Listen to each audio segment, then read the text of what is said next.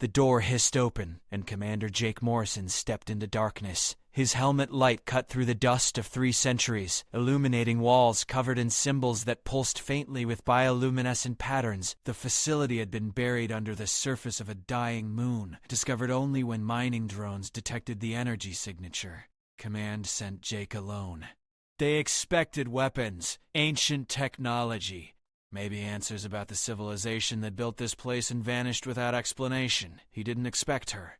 The chamber opened into a vast circular room. At its center stood a crystalline pod, still humming with power. Inside, suspended in pale blue light, was a girl. She couldn't have been more than 16 by human standards. Her skin shimmered with a faint silver luminescence, and her hair floated around her face like strands of starlight. Jake approached slowly, his scanner reading life signs. Impossible. This facility was over 300 years old. The moment his hand touched the pod's surface, her eyes snapped open. They were silver, brilliant, and filled with recognition. The stasis field dissolved and she stumbled forward. Jake caught her instinctively. She looked up at him, tears streaming down her face, and gasped words that made his blood run cold. "Mother," she whispered, her voice trembling. "It's him. It's him." Jake steadied her, his mind racing. "Easy. I'm Commander Jake Morrison, United Earth Coalition." "Pfft, who are you? How do you know English?"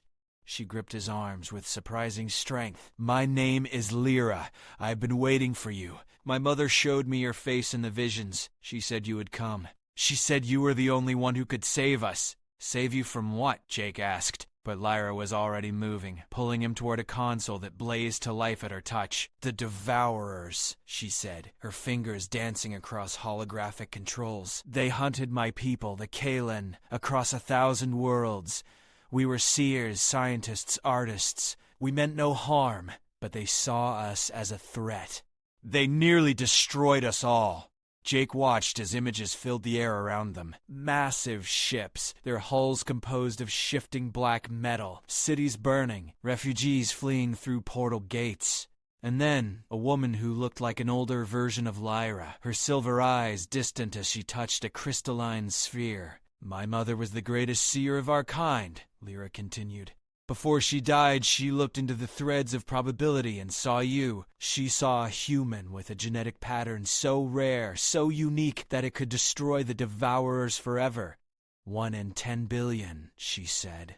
And she saw your face, Jake Morrison. She built this place to wait for you." "That's impossible," Jake said. 300 years ago, humans barely had spaceflight. "How could she know my name?" "Time is not linear for a seer," Lyra replied. "She saw the moment you would arrive, the exact second our paths would cross. And she prepared everything you would need." Before Jake could respond, alarms shrieked through the facility. Red light bathed the chamber. Lyra's face went pale. "They found us," she breathed. "The Devourers. They've been searching for this place since my mother sealed it. They must have detected the pod opening." The walls shuddered. Somewhere far above, something massive was tearing through the moon's surface. Lyra grabbed Jake's hand and ran. They sprinted through corridors that lit up at their approach, ancient systems waking after centuries of sleep. Jake's combat training took over, his sidearm drawn, but Lyra shook her head. "Human weapons won't work on them. But my mother left something for you." They burst into a smaller chamber where a circular platform waited. At its center stood a biointerface terminal, its design organic and flowing. Lyra pressed Jake's hand against it. Pain lanced through his arm as needles extended, drawing blood. The terminal glowed brilliant gold, and then a voice, synthetic but warm, spoke in English. "Genetic signature confirmed. Quantum entangled DNA marker detected. Compatibility absolute. Beginning neural integration." Jake gasped as information flooded his mind. Combat protocols, weapon schematics, tactical data about the Devourers and their weaknesses. It felt like his brain was being rewritten, upgraded. When it ended, he staggered, but Lyra caught him. "You carry something in your genes that shouldn't exist," she explained quickly. "A quantum marker that exists in a state of superposition. The Devourers are machines built on rigid quantum processors.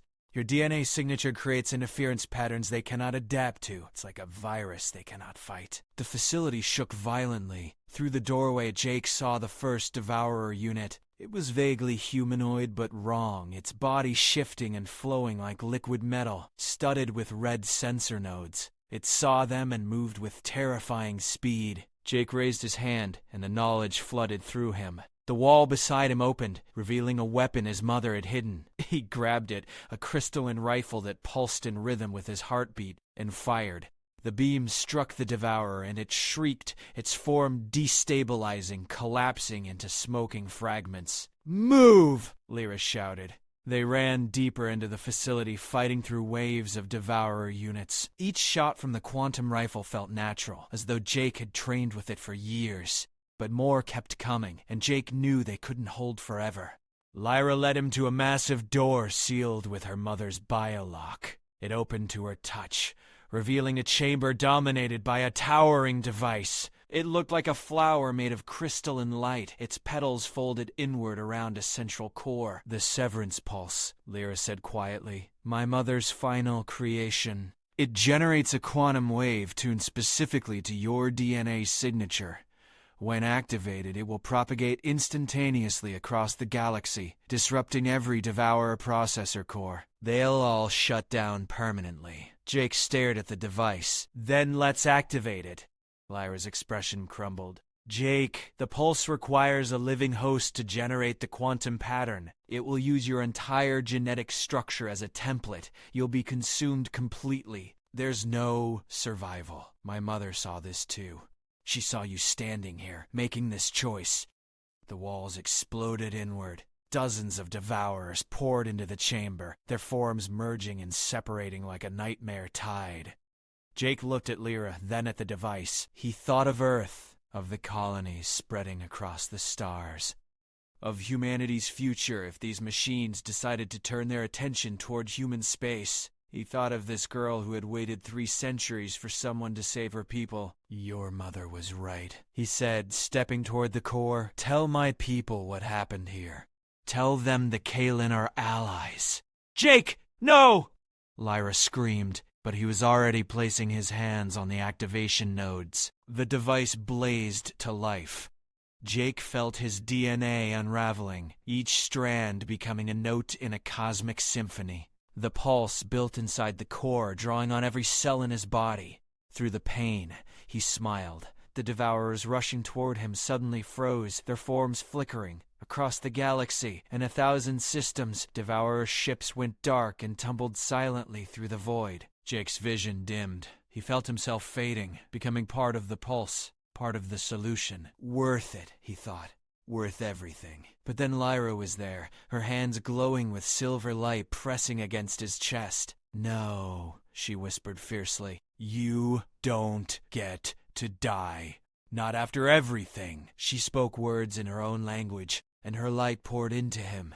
The forbidden technique her people had sworn never to use. Life transfer. She was giving him part of her essence, anchoring his consciousness when it should have dissolved. Jake gasped, collapsing into her arms as the pulse completed. The chamber fell silent. Every Devourer lay lifeless. He looked up at Lyra. Seeing her skin had dimmed, her silver eyes now faint. "What did you do?" "Saved the one who saved us all," she replied, smiling weakly. "My mother saw this too, I think. She saw us both surviving. She saw humanity and the Kaelen walking forward together." Jake held her as coalition ships descended on the moon, their sensors detecting the massive energy discharge. He had come here expecting ancient ruins.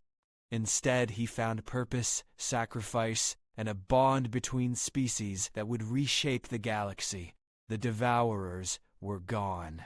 The Kaelen would survive, and humanity had proven once again that when the universe demanded a hero, a human would answer, even if it cost everything.